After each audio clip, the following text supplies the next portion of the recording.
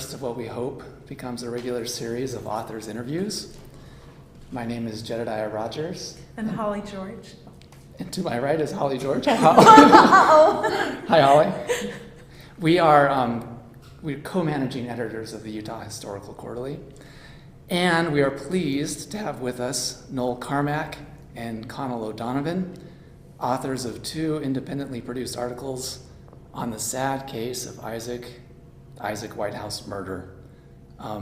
Noel Carmack is an assistant professor of art at USU Eastern in Price, Utah, and he is author of A Long Course of the Most Inhuman Cruelty, The Abuse and Murder of Isaac Whitehouse, published in the Utah Historical Quarterly in its fall 2014 issue. Welcome, Noel. Thank you. What else would you like to tell us about yourself? That's about it. I've had a long held interest in Utah history, in Utah and Mormon history, and this is a story that I felt really needed to be told, as horrific as it is. But I'm pleased to be here. Thanks. And joining him is Connell O'Donovan. He's a professional contract genealogist and independent historian of Mormonism, and he is author of the 1855 murder of Isaac Whitehouse in Parowan, Utah, published in the Journal of Mormon History in its fall 2014 issue. Welcome, Connell. Thank you very much. What else do we need to know about yourself? I don't know. This has been, even though I'm not a professional historian, I have been involved in researching Mormon history since 1978. So, and I echo Noel's comments about how the importance of having this story told, and that it needs not to be forgotten. Mm-hmm. Well, it is a heart-wrenching story of child abuse and murder in early Utah territory. And I think today we don't really want to dwell on the details of the murder so much as the process of historical investigation on how 2 fine historians approach the subject and the meaning they assign to it. But perhaps we can begin, if you would, Noel and Connell. Would you provide an overview of the case for readers who are unfamiliar with it? Well, Connell can interject at any moment here, but in late October of 1855, the body of a boy was discovered in a ditch in Parowan, which at that time was a fort. And it soon became apparent that his custodians were responsible for this murder, this case of abuse and murder. And subsequent to the discovery of the body, of course, they held his custodians and brought them to trial. If you read the article, you'll discover how that happened. But both Connell and I were interested in how the case came about, and of course, after the uncle of the child was brought to trial and convicted of the murder, he was shortly thereafter was pardoned by Brigham Young, and so it really raised some questions about abuse and murder in Utah, early Utah, and justice. Mm-hmm. Why was he pardoned, and how is it that this man could go free and continue on in his evidently his inherent his personality that was sort of bent on violence. And compounding the issue and even making it far more tragic was the fact that 11-year-old Isaac was deaf and mute. And so he was literally unable to let anybody know what was going on, and people just mostly ignored it until it was far too late. Mm-hmm. Now, the prologue of the story is one of death and loss on the westward trail, right? So Isaac Whitehouse and his mother were immigrating to the United States, correct, from Great Britain? His parents. His parents. Both his parents. Both his parents. And but along the way, Isaac's parents, Jacob and Rebecca, they died while on the trek west, and likely from smallpox, we understand. Samuel Baker's wife, Samuel Baker, his first wife, Sarah, and mother to a newborn baby and a small child, she likely died on the trail as well. So I guess the question would be, how did the strain from these losses contribute, if at all, to this story of abuse and murder in Parowan, Utah? I really struggled with this question, and I don't have a real clear answer on that.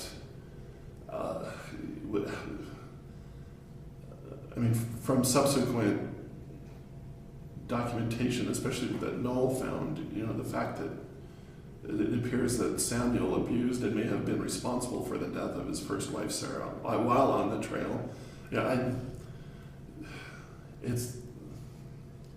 It's really complex, and there's not nearly enough documentation for me to even be able to come up with an answer. Do you have? Yeah, there's such scant documentation for this story. It's really a kind of a miracle that we're able to kind of piece it together. But we know that Samuel Baker, the man who took custody of Isaac and his little brother on the trail west, he had come from an area of England, Birmingham, as I recall, which was a center for making pearl buttons. It was a manufacturing center for jewelry and other things, but in particular we learned from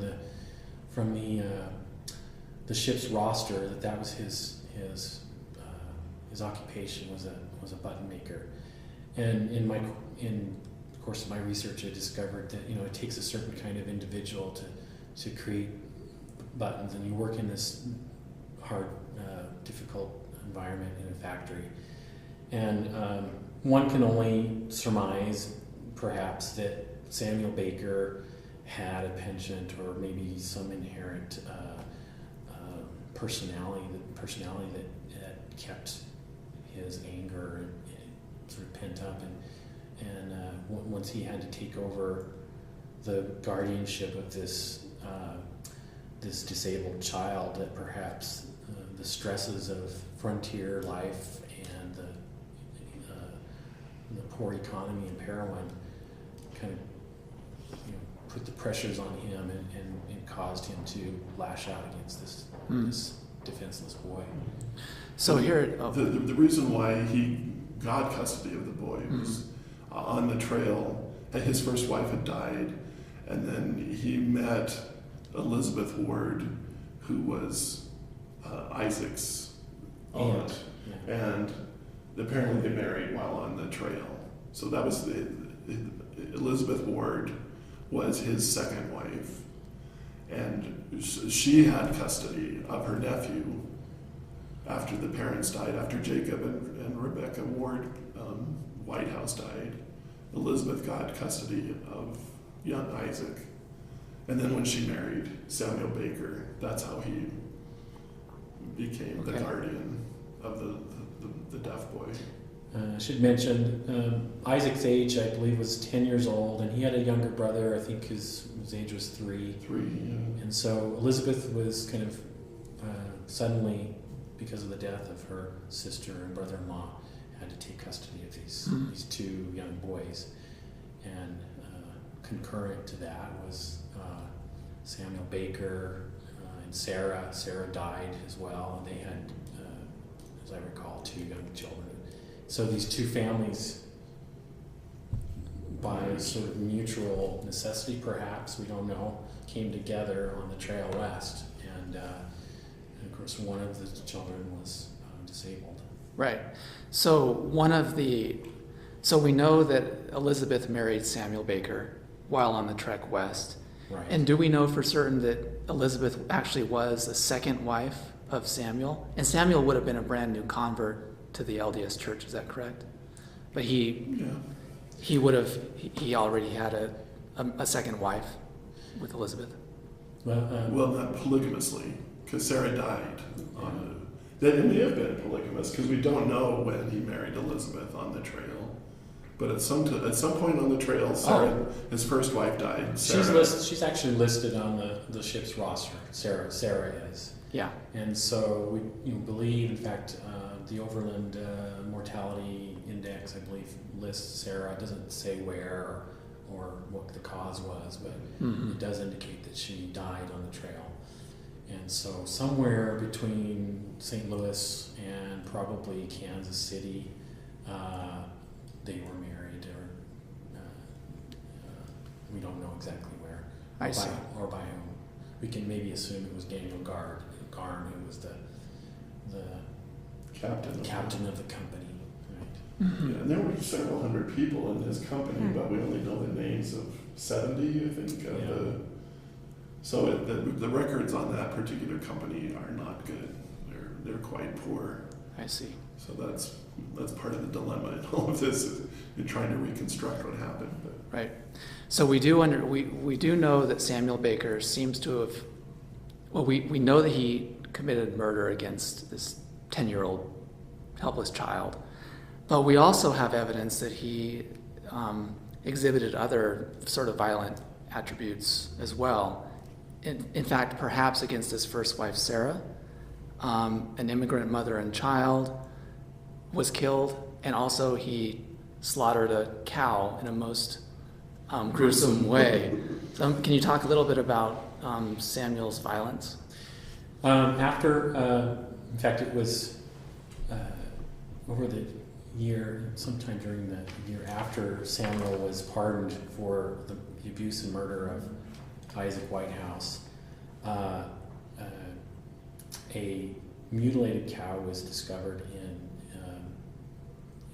the streets of the Fort Parowan, and it soon became evident that Samuel Baker was responsible for the mutilation of this cow. And at first, he tried to blame it on someone else, but he eventually confessed to it and was excommunicated for that violent behavior. So it seems that he had these violent tendencies. Again, we don't know why, what the cause or the motivations were for his behavior, but we can only kind of deduce or surmise based on the evidence that we found. Can I interject? Sure. Yes, well, Connell, I was really fascinated in your piece when I got to read it, that we find out much later in the story, much later after the story of Isaac Whitehouse, that Samuel Baker was a cad all around, if I can offer some judgment, as I'm not supposed to do.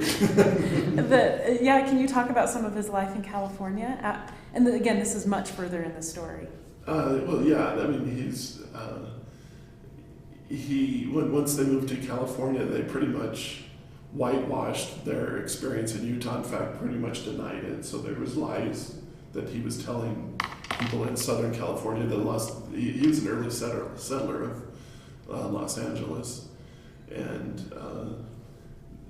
no one there knew that they had spent any time in Utah at all.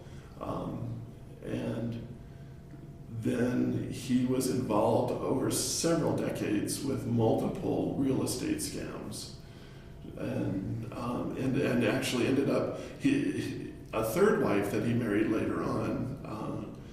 It brought children into the family. So we have these stepchildren by this third wife, and upon her death, he scammed those boys out of their inheritance from their mother, And then when they tried to capture him or bring him in for court on that, he left, and that's the last record that we have of him. Is this, in the I think it's 1890s, was him disappearing with his stepson's money from their inheritance. So yeah, he was definitely an immoral, unethical person.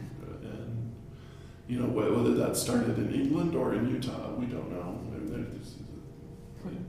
I'm jealous that you found the cow mutilation story. And I have to say, I mean, it's in the original story. Records of that are in the Parowan stake minutes, which are at the church archives. And I found those minutes and requested to see them. They're closed to researchers.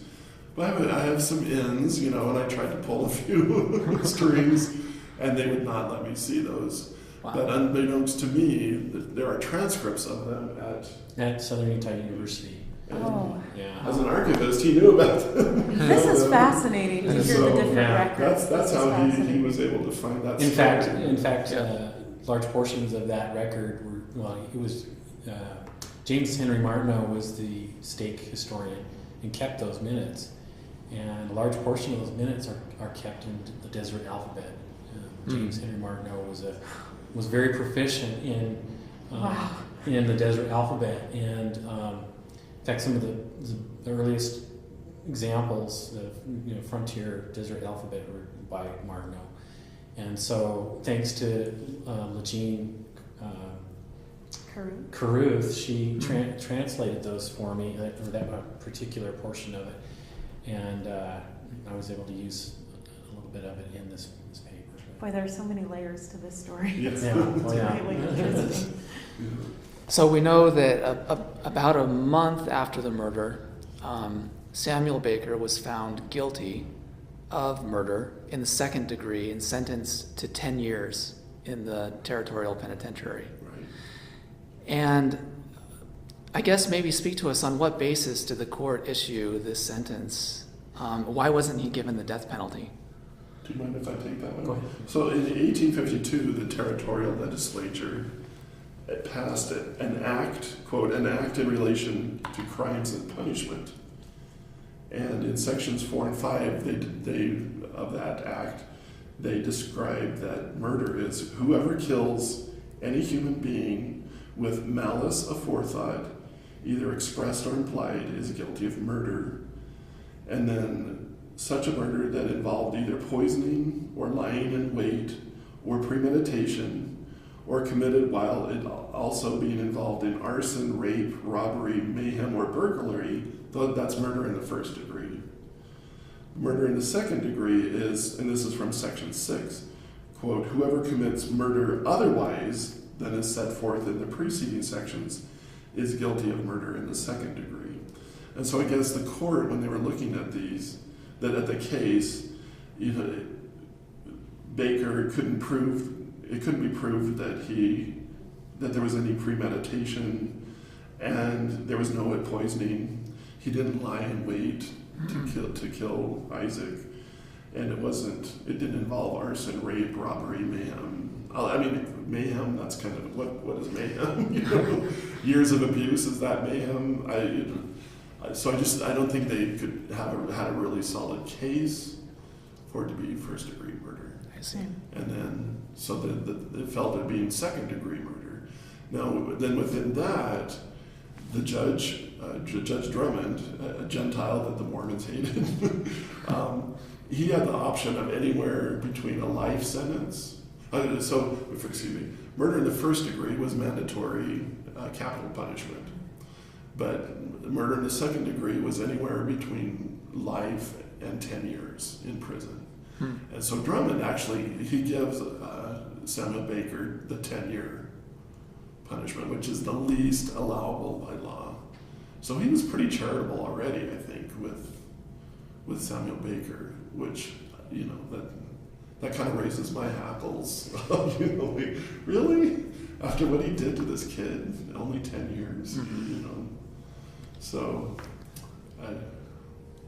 anyway. Not only that, but Hosea Stout, who is a lawyer on behalf of Samuel Baker. Right. Is that correct? That's right. He actually notes in his record, in his diary, some sympathy for, quote, poor Baker. In other words, he emerges from this case with a bit of sympathy for Samuel Baker, the accused. Right, yeah. In fact, Connell and I probably disagree on sort of the reasons for the pardon, but I think we would agree that it was a senseless and unthinkable crime, but and we sort of question why would Brigham Young pardon this man for such a horrific crime. But as you know, Judge Drummond resigned from his post as Associate Justice in Utah, and part of his resignation had to do with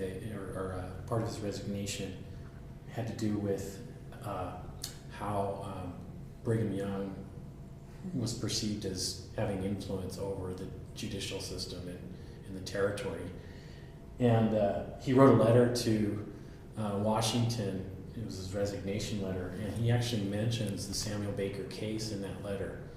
And and we don't know if this is true or not, but he says that in addition to the fact that, or the idea that Brigham was influential over this case for pardoning Baker, but he also took him to Sunday meetings the following week, which was kind of a shocking sort of response in the way he treated Baker, almost like a guest in Salt Lake. And then a couple of weeks later, he sealed them because Samuel Baker and Elizabeth Ward had just been married civilly. And then after he pardoned Baker, he then performs their sealing ceremony in his office. And then a couple of weeks after that, they go to Provo and get their patriarchal blessings. And so it just, to me, it almost looks like they're being rewarded for their actions, which I just, I don't understand. I know we both searched hard to try and figure out what really motivated Brigham Young to go ahead and sign this pardon, and then to treat them so respectfully afterwards. And they clearly had committed, not only was the abuse well known and well documented, the murder, Elizabeth Ward immediately confessed to it and went to the house and got the ropes because he was bound. They had kept him tied to a pole, and she brought the ropes that they had tied him up with and kept him bound for however long they'd done that. And so she's providing physical evidence of what they had done. And to me, it's such a clear case of abuse and murder, and why Brigham. It doesn't matter to me that he had this personal beef with a Gentile judge. That shouldn't override the demands of justice. It just, I find that rather unconscionable.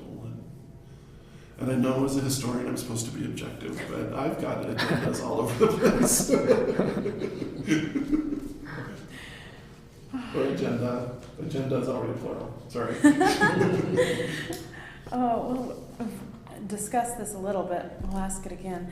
So what do we know about Brigham Young's pardon of Samuel Baker? It says in the pardon, in fact, that, and Holly, it looks like you've got a copy of it. I've got the copy.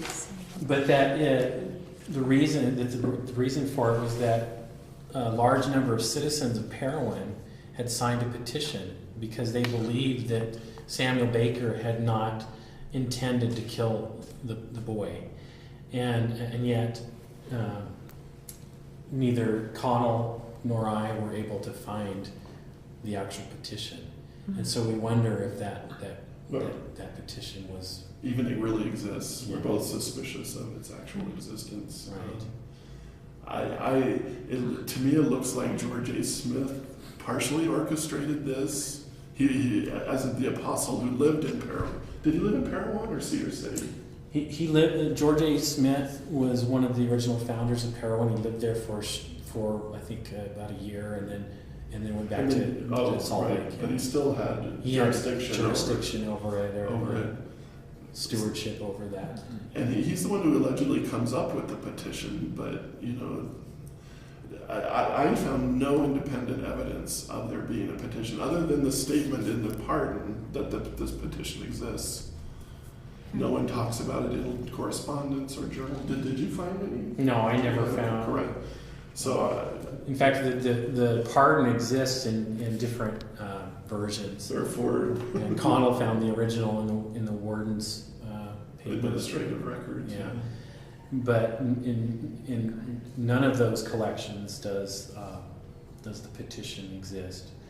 And in fact, there is a letter from the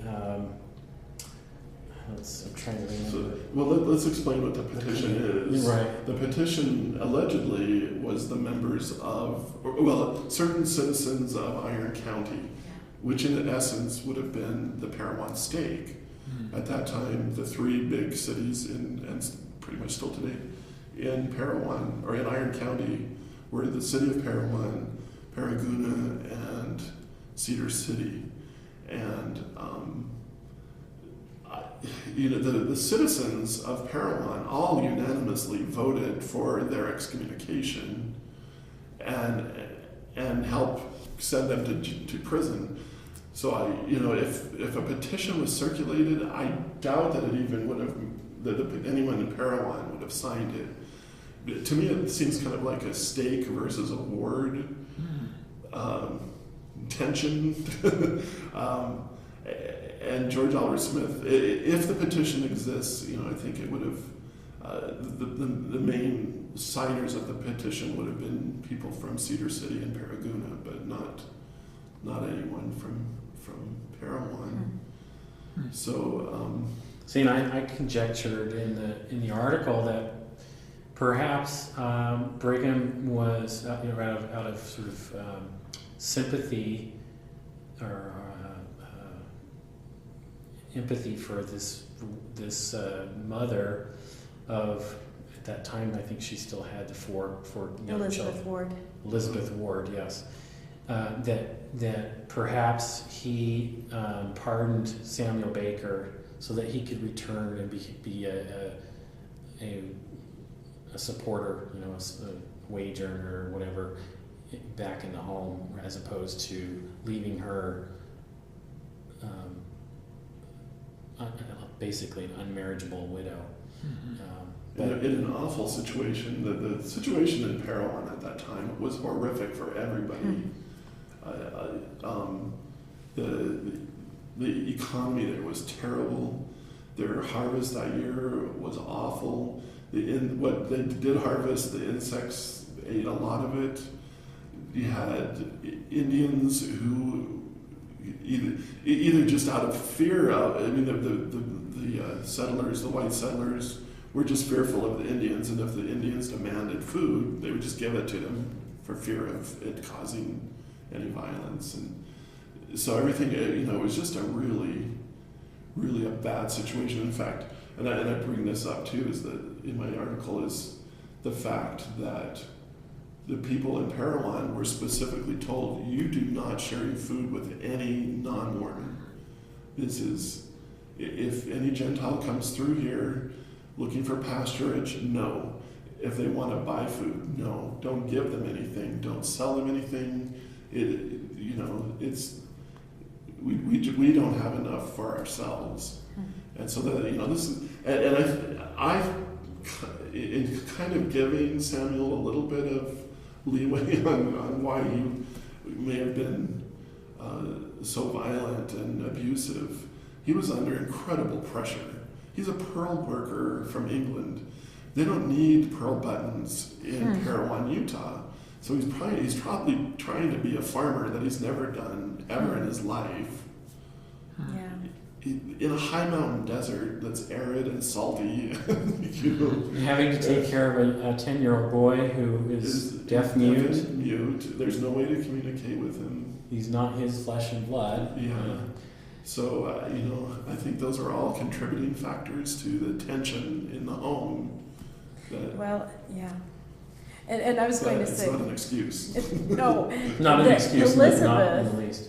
gives birth right after Samuel is sentenced. It's just days, That day. isn't it? No, it's the day. The It's day the of day. sentencing, right? And, yeah. well, I wondered if the sentencing, I wondered if the whole trial caused her labor, or that's how I thought of it. But I mean, whatever the case, Stout seems to imply that it did.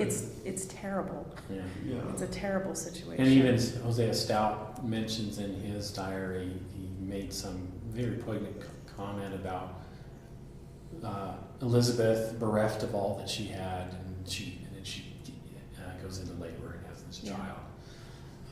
Oh, and that leads to the fact that actually Samuel Baker was on trial for two That's two right. crimes.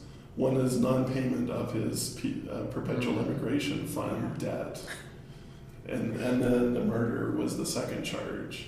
So That's right. you know, the church was actively pursuing this money from Baker, which I think is really Yeah, I don't know interesting. if Connell agrees with me, but I was No, I thinking, don't. He doesn't. But I wondered if the pardon, once again, was that rather than confiscate everything that she had after the sentencing, Brigham pardoned Samuel Baker to go back and become a wage earner to repay the funds and to be a father in this home and so forth.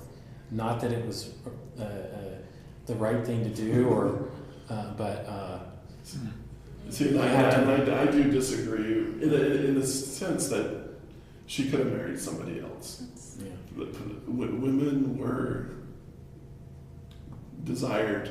This is 1855, 56, 57. Polygamy is being pushed. There's not. I mean, men are so desperate for wives that the women that they're married are younger and younger and younger, and so I think she could have easily been married to someone else. So I don't. Wouldn't Samuel Baker's perpetual immigration fund debt then go to Elizabeth? So Elizabeth would have assumed the debt, and the debt would have been hers, and thus her. That's a good question. I guess, was the debt Samuel's or was it Elizabeth's? Well, in the one record that I noted, it's under Samuel's name, but it's for the whole family. Right. His whole family's immigration. But She probably it's for Samuel, Sarah, and his Samuel, two kids. Sarah, and his Yeah. 2 kids, so she's But- not party to it. right, but I originally. think she might have come But- across with PEF funds. her sister and brother-in-law with PEF funds as well. Yeah. Yeah. And so she would have probably had a debt to repay as well. That's true. So these are all questions that are just difficult, if not impossible to answer. Yeah. Let me ask this other question. It's one I've been thinking about this afternoon.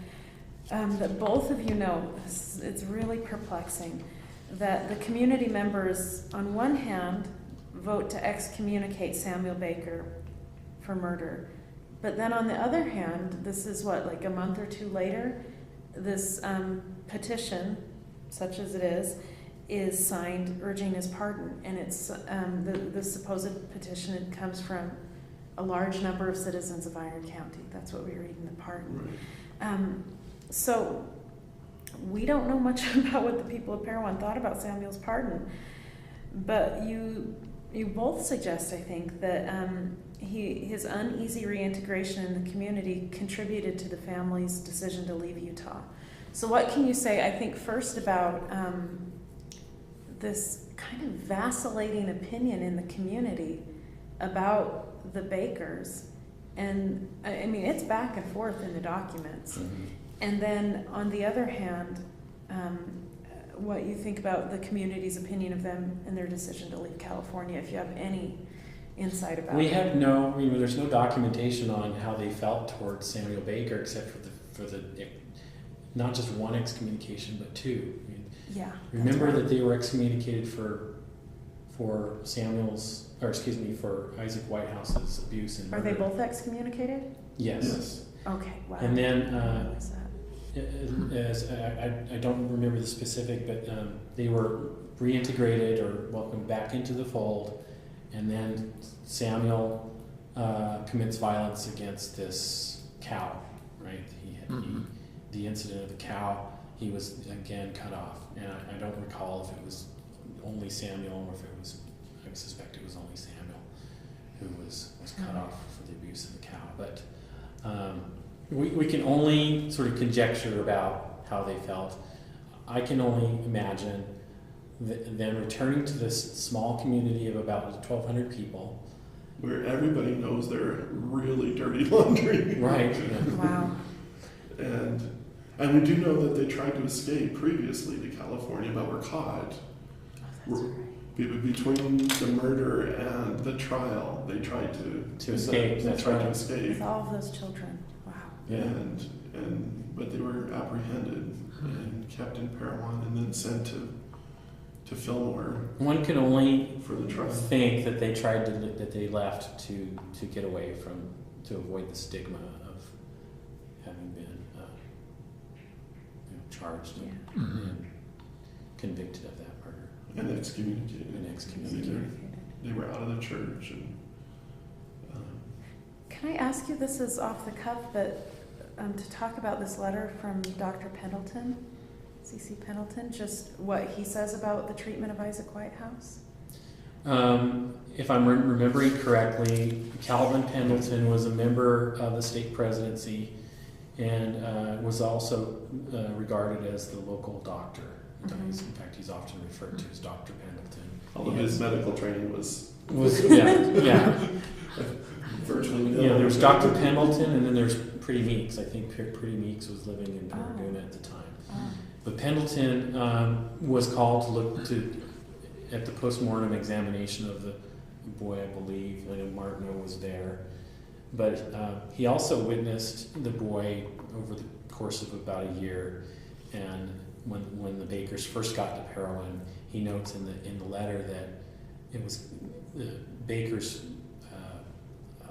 treatment of the boy was considered improper at that time, and he was investigated by the teachers. Yeah, they sent teachers to the house, and the teachers told them that they needed to improve their treatment of little Isaac, and that it worked for temporarily, for a while, and then everyone noticed that the abuse then started again, but nobody really did anything about it. And I looked, if in my imagination, when I'm thinking about little pioneer boys in general, in Parowan, Utah, they're probably not clothed well, they're barefooted, they're filthy dirty. He probably didn't look that much different than any other little kid. People didn't bathe a lot. I guess as a boy you'd want to play in the stream or whatever, and so they might get clean that way. But so that everyone was wanting of not only food, not just food, but clothing and hygiene. Hygiene. James Martineau writes in his journal about the fact that he only had one pair of trousers and a long sleeve shirt, and he had no shoes. It was a period of time where he went barefoot.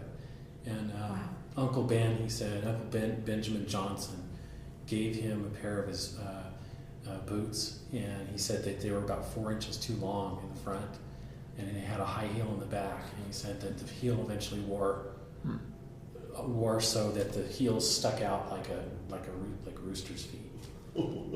So it was just awful, an awful existence there. Yeah, so I could see where people weren't, if you weren't paying close attention to Isaac's physical condition, he could have just seemed to be a regular dirty little kid in the street, But Pendleton does mention, he's kind of worse than usual, and he says, he asked somebody else about it, and they kind of said, don't worry about it. So he kind of backed off, and then.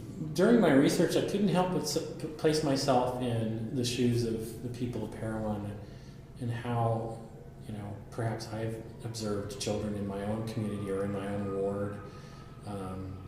Do we say something to someone? Do we report what we think might be abuse or neglect. When does it become our business? I was wondering the same thing today.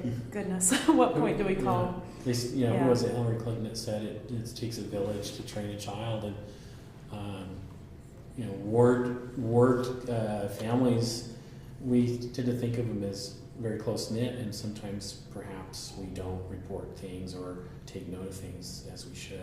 Yeah. Yeah, this is a good case. You want to think the best of your fellow brothers, your fellow saints, and Yeah.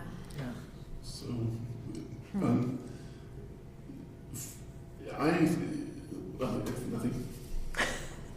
Okay. Go ahead. Thank you for letting me interject that. I was fascinated by that letter. So let's talk briefly about well, I guess we have talked about it. Their decision to leave for California, and how you feel like the shame contributed to that. Have we discussed that enough? Oh yeah, well I'm sure that part of it was motivated for fear, of being caught and convicted, so they tried to escape.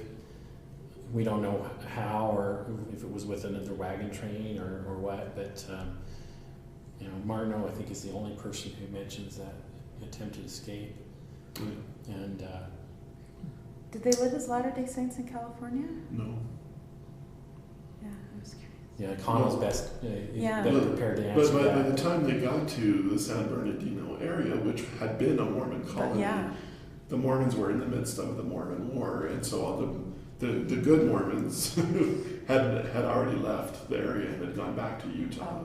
There were still a number of quasi-Mormons, and I'm sure maybe a few active believing LDS folks there in the area, but the vast majority had left. So there's no record of them participating with whoever may have been left in the area. But, interesting. I have to say, that's a real strength of Connell's article. Is that It's a real strength. He takes the Baker family beyond their sojourn in Utah into San Bernardino and in LA, and it's fascinating to hear what Baker. I thought the same thing. Well, they were early vintners in Southern California, way ahead of everybody else. That was interesting too. I wanted to also just mention that your account, Connell, was excellent, because I think you did draw heavily from census, registry, biographical sources, and that kind of reflects your own expertise as a genealogist. Right. Yeah. So maybe talk to us about, I think listeners would be quite interested in knowing how those types of sources add another layer of interesting-ness to this whole story. And what more, like you talk extensively about the Baker's life in California after their time in Utah. What does that story tell us? What does that add to the story of the Baker Whitehouse saga? Well, so one of my missions, I have several missions in life, and one of them is to bring genealogical sources and resources into the world of historical research. That's a good mission. It is. And people often dismiss it, or don't even think about genealogical sources when doing historical research. It always kills me. Actually, this was mentioned earlier. Whenever a historian says we don't know about this person or whatever, and I just think, really, have you even looked? You've looked in your own archive, but there are a lot of other broader sources out there. And what started me in all of this was researching blacks in the priesthood in 1978. This was before, actually, even the revelation. A couple of months before, I started doing research on it and going, what is going on with this? Because it just didn't sit well with me.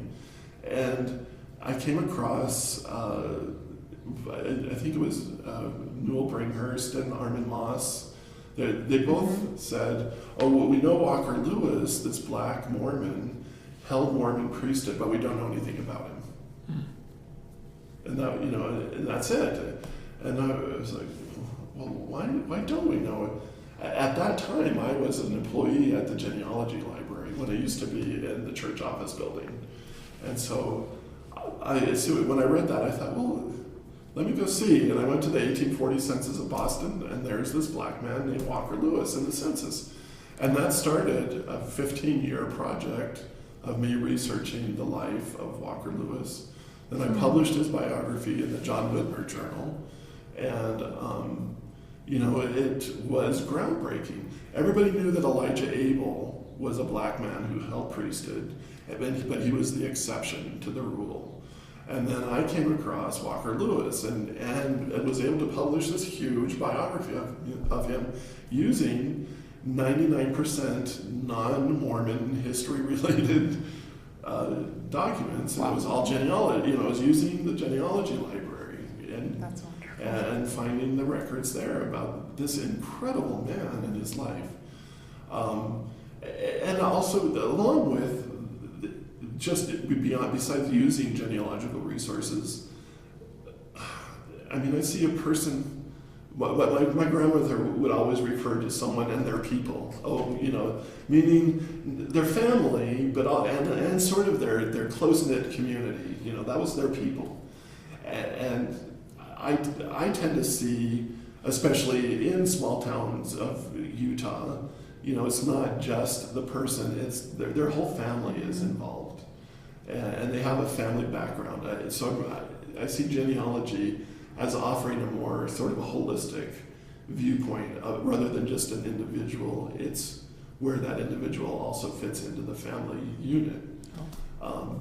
So that's part of it. And going back to Walker Lewis, discovering that his uncle had been the person who had sued for his own emancipation in 1789, and it had gone to the Massachusetts State Supreme Court, and they agreed with him.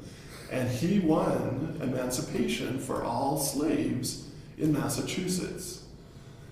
And Wow. Walker Lewis was named after him.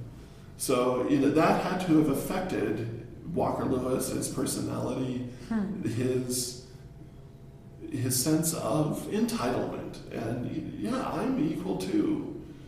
So of course, my question was often, why would this black guy want to be a Mormon and participate in a religion that didn't necessarily want him? And I don't think he knew that. I just think he was like, I am a man as well. So, and I'm blathering. It's awesome. It's fascinating. There's enormous amount of records out there that aren't at the church archives.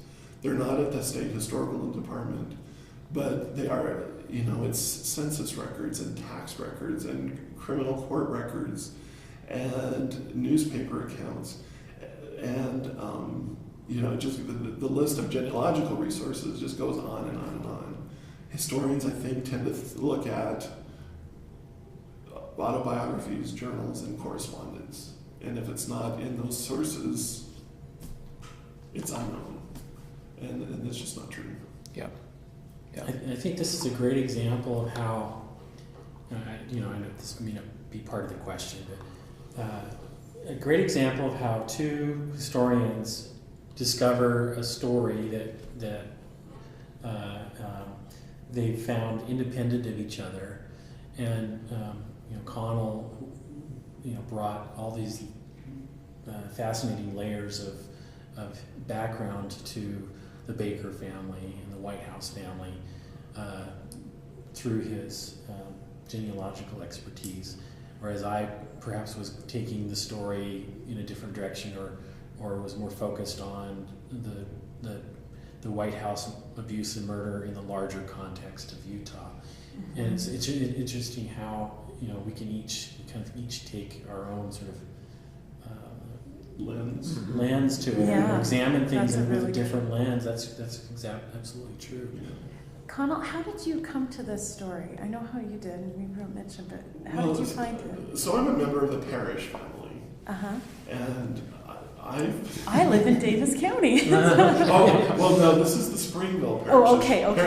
Parish Lane is a different. Okay. That's a different. We're not related.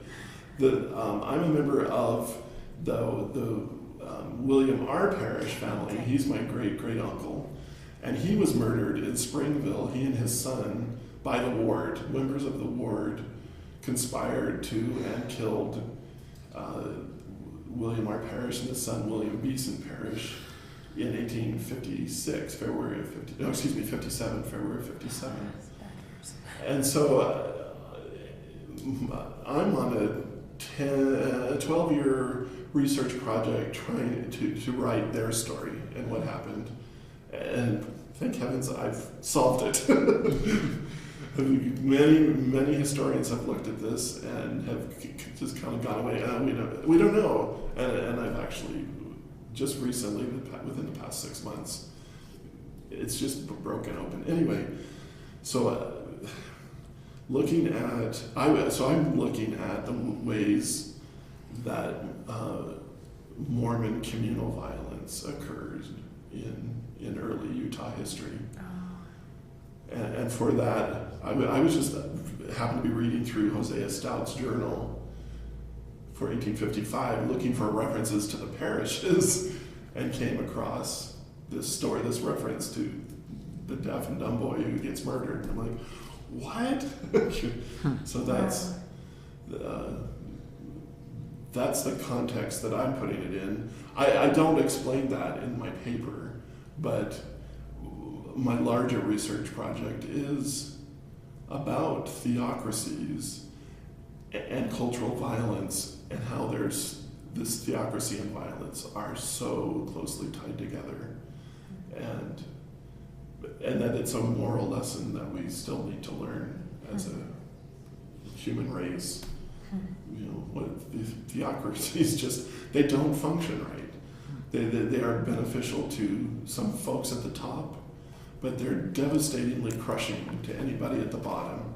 And a deaf, mute, impoverished 11-year-old boy was at the bottom, and he literally got killed, because of all the machinations of this theocracy that didn't want to recognize justice in this case, for some reason, whatever it was. And Baker literally got away with murder. He and his wife got away with horrific abuse and murder, and paid a very, very small price. He was in jail how many days? Yeah, I think it was about a month or 5 or 6 weeks. Yeah. For years of, a year and a half of abuse, and and then a horrific murder. The condition they found his body in, the description, you're reading it going, oh my gosh, this poor kid. Yeah. He was covered in his own excrement because he wasn't allowed to use the restroom to go out anywhere, so he just, dirtied himself. Yeah. Because he's tied to a post. Well, let's continue with this theme, and Noel, why don't you let us know how you came to this topic, and then we'll talk about sources and use of sources and the historiographical stuff. Well, it was sometime in the fall of 2006. I became aware of the deposition of the James Henry Martineau journals at the Huntington Library in San Marino. Oh. And so I went to Los Angeles, and I traveled to the Huntington and looked at the Martineau diary and took notes. And it was that fall that I decided I'm going to work on the diary and make it prepare it for publication. And so over the course of the next year or so, of course, I read the diary and began putting together annotations, and I came across the Whitehouse Baker story from that angle, and became fascinated with it. I too found information in the Hosea Stout diary. I traveled to Parowan. I went to Cedar City, to the Southern Utah University to research the murder.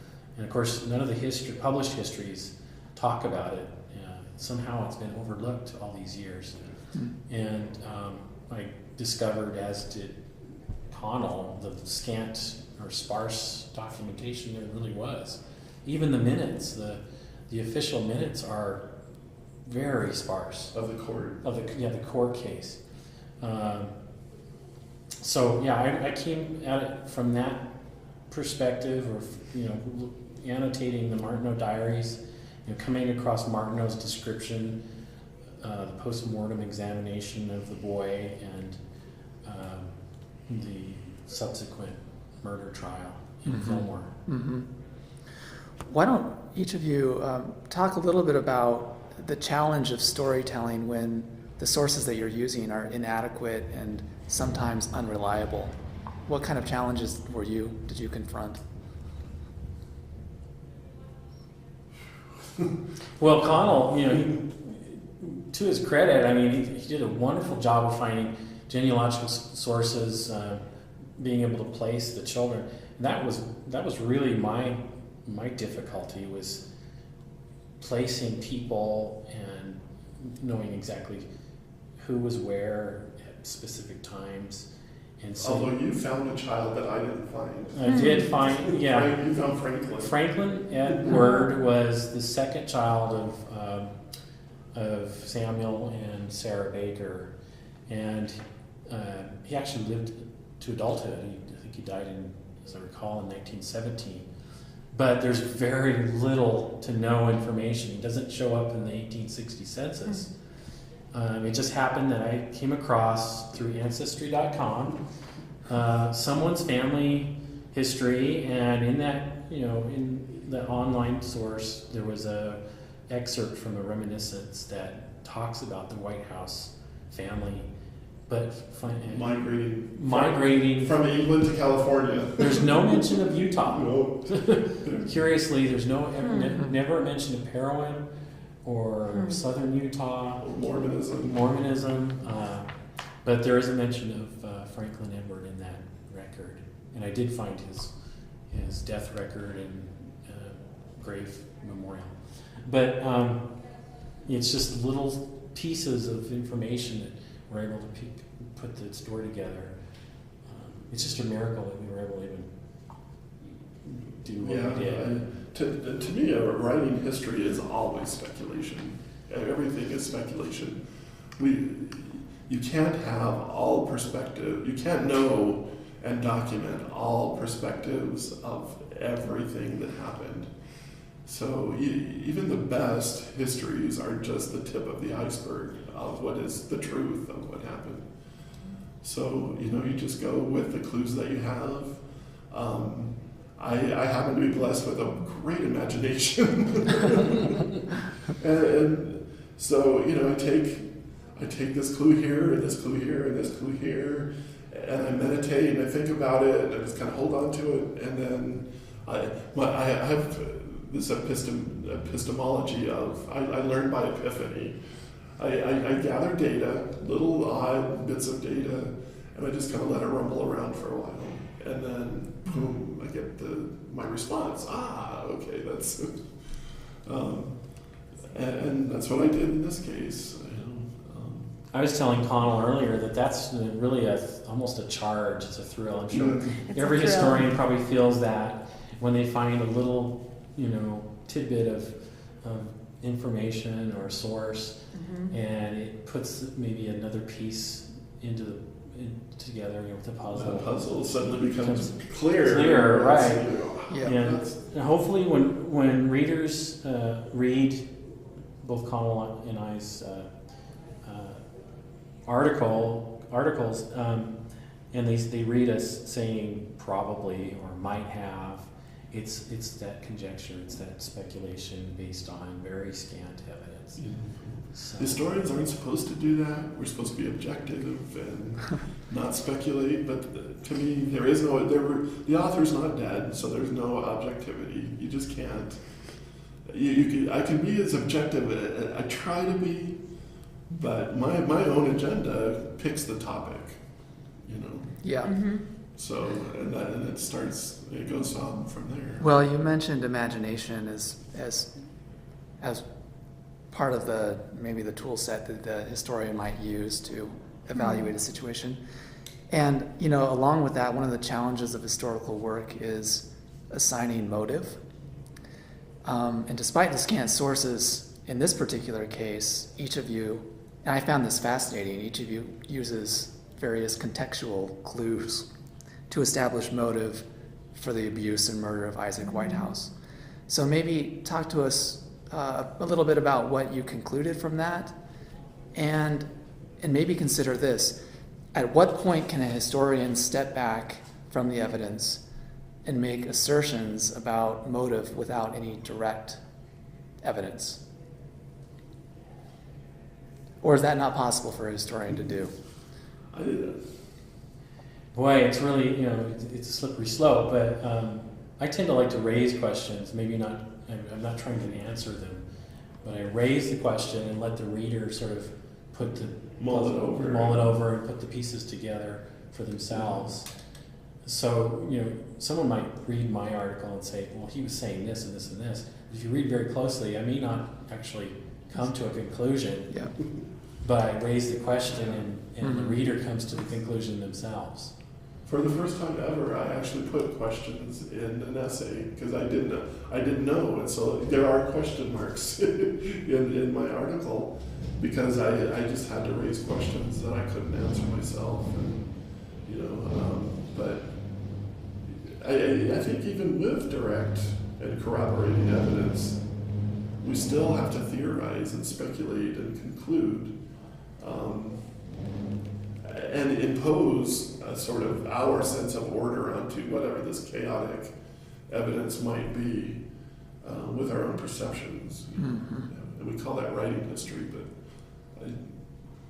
someone 20, 30, 50 years from now may come and may discover some pocket of information about the Whitehouse murder that we weren't able to uncover and add more light to this mystery or this investigation.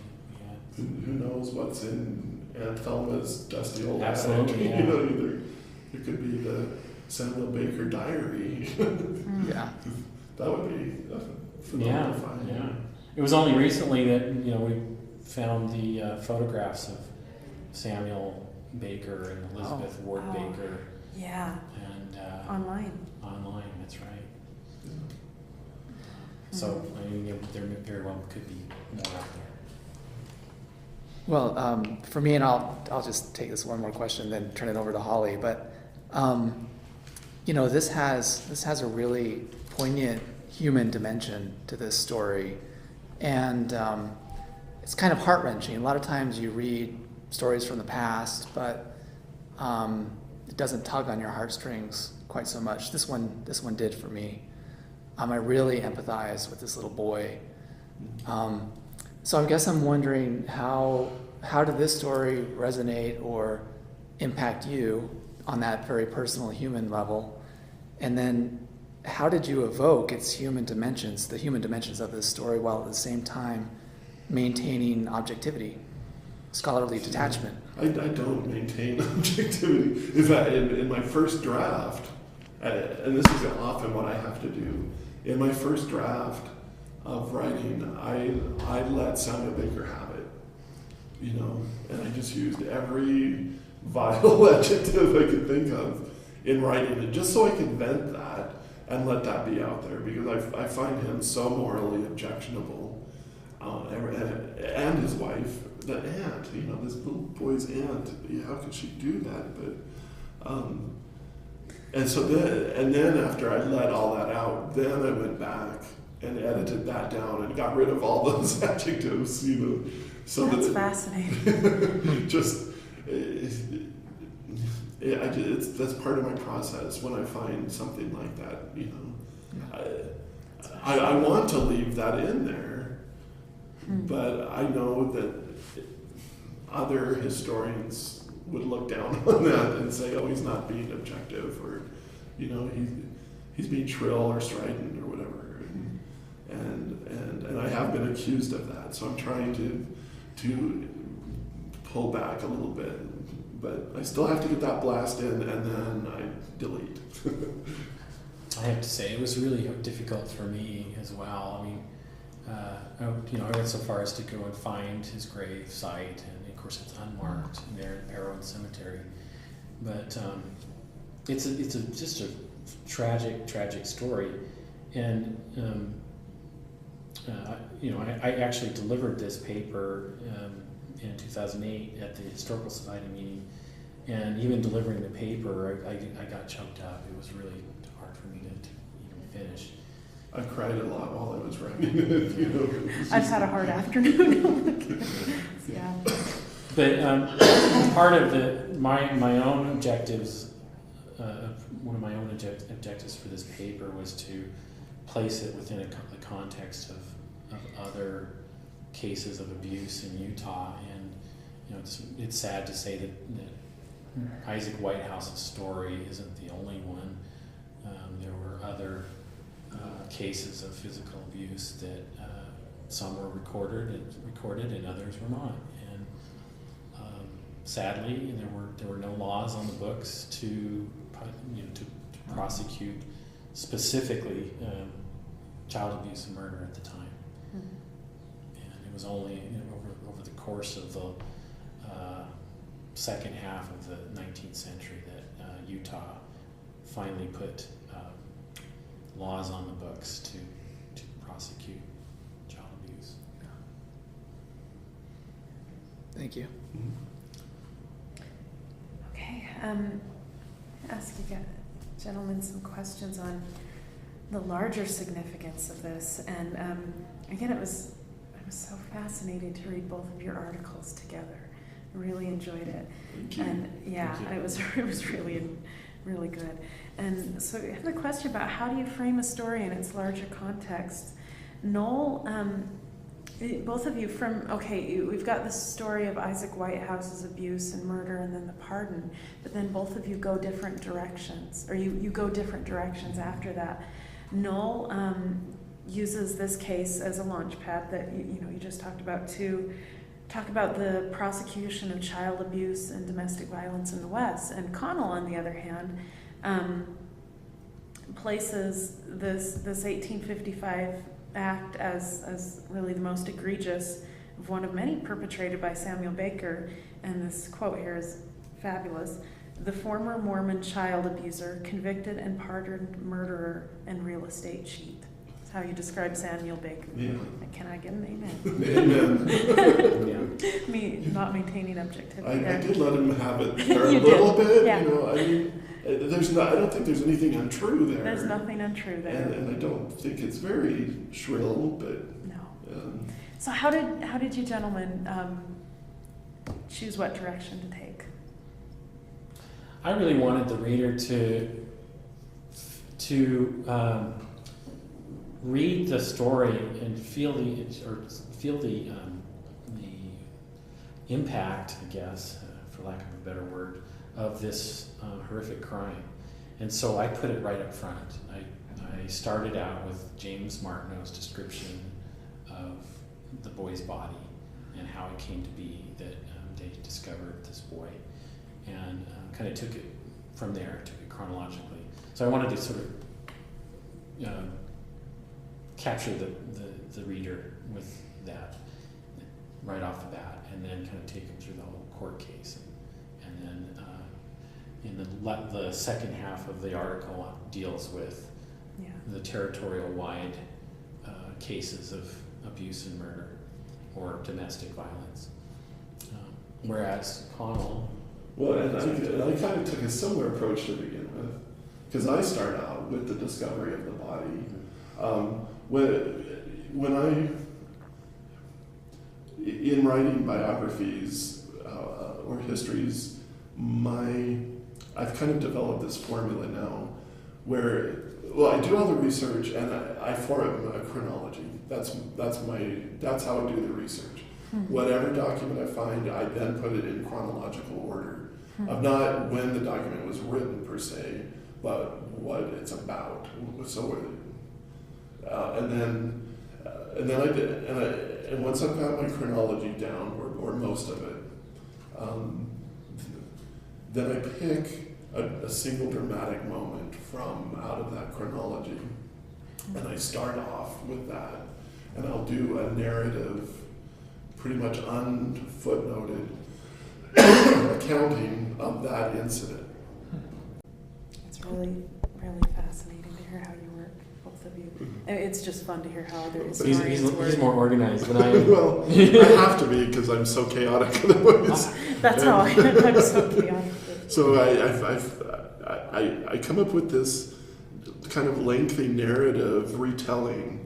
It's historic. I try to make it as historically accurate, and I talk about the weather and everything. Wow. Bring it all together and tell a story of this one incident, and then I go back and I start, and then I go back to my chronology and start at the beginning and just kind of go through my chronology and tell it all. And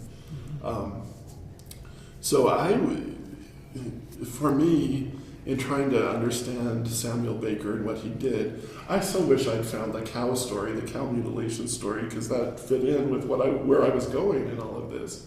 Was that he just overall turned out to be an immoral person and unethical in his dealings. And it was a lifelong pattern. I mean, the first that I knew of it was the murder, the abuse of Isaac and then the murder. But then, it continued on throughout his life. So to me, that was part of the context, was just this, he was a bad person for his life, so. And well, Connell, he probably taking a more systematic approach than I do. I do something very similar. I collect all the information, and I too try to, I want to sort of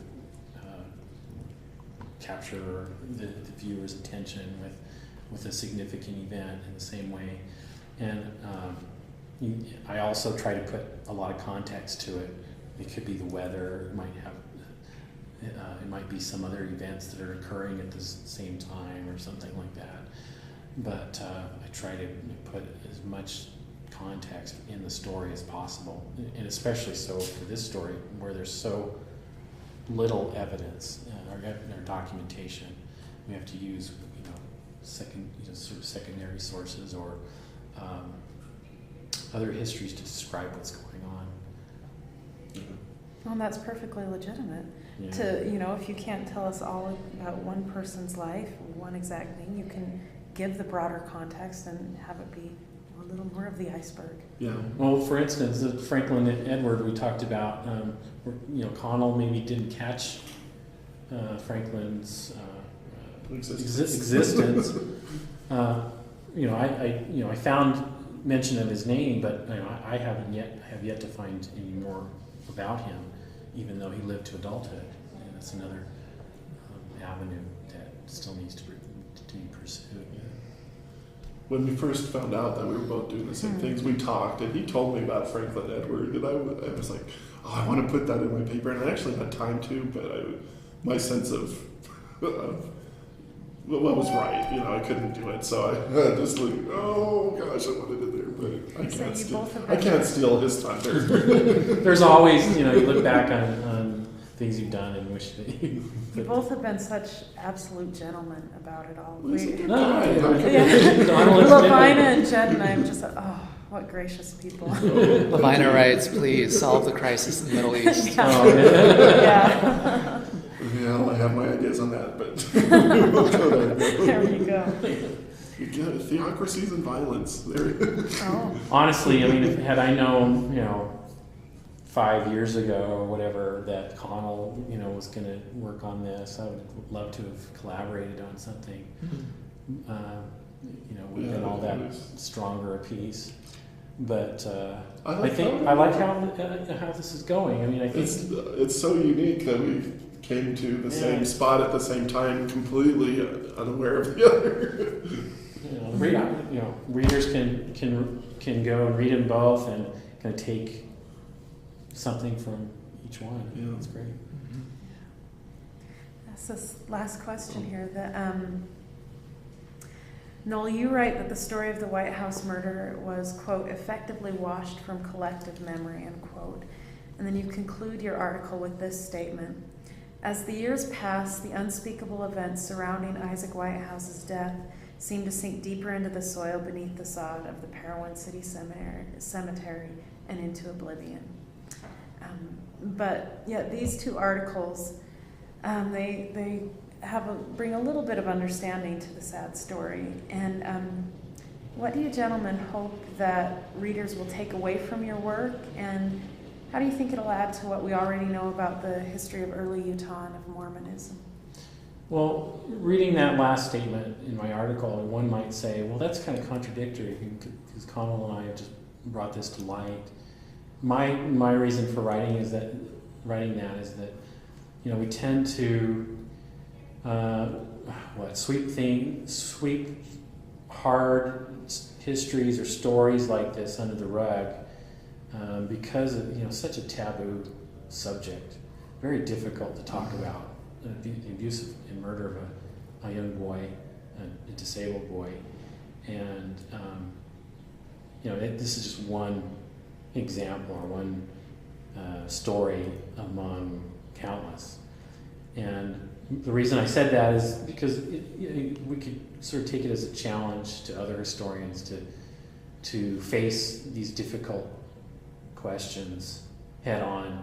You know, we have great historians like Will Bagley's and Juanita Brooks, and Artis Partials and Polly Airds, who are asking these kinds of questions. And perhaps, you know, other historians can take a difficult situation or difficult topic like abuse or whatever it is, murder, and ask difficult questions and try to come up with answers. So it's a bit of a contradiction in the fact that you know, I'm saying that it's kind of, the story might disappear. Well, perhaps it might. Maybe it'll just be swept under the rug. We'll read about it and think how difficult or how horrific this incident was, and just sort of forget about it. And my challenge is for us to look and face these difficult stories and ask all the questions. So, although I'm no longer LDS, I grew up LDS here in Utah, and I was as guilty as anybody of what I would call pioneer-olatry, adoration and worship of pioneers. I mean, if you were a descendant of a Mormon pioneer in the congregations that I grew up in, that gave you cachet that a convert didn't have. You know, if your ancestors got to Utah before the train in 1869, that gives you Mormon street cred, you know. Mormon street cred. It's a bug life.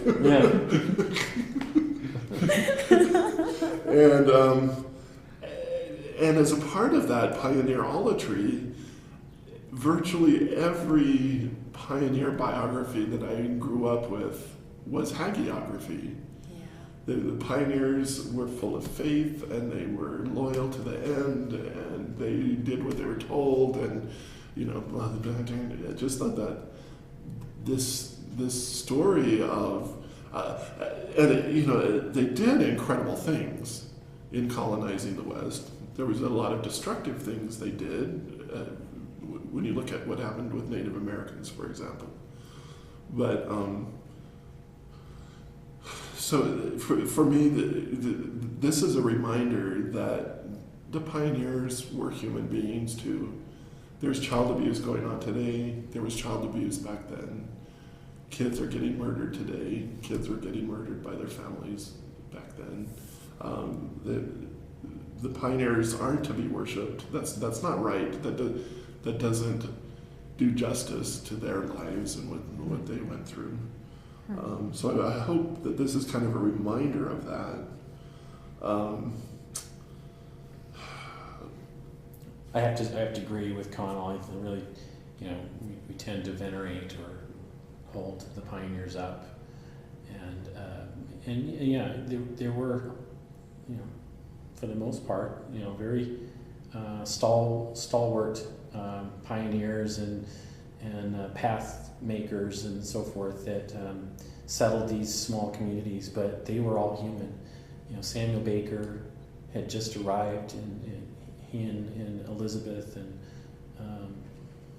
the Whitehouse family had come from England and brought with them the various behaviors and beliefs and so forth and traditions that they had built up when they were there. And these people are just human like the rest of us.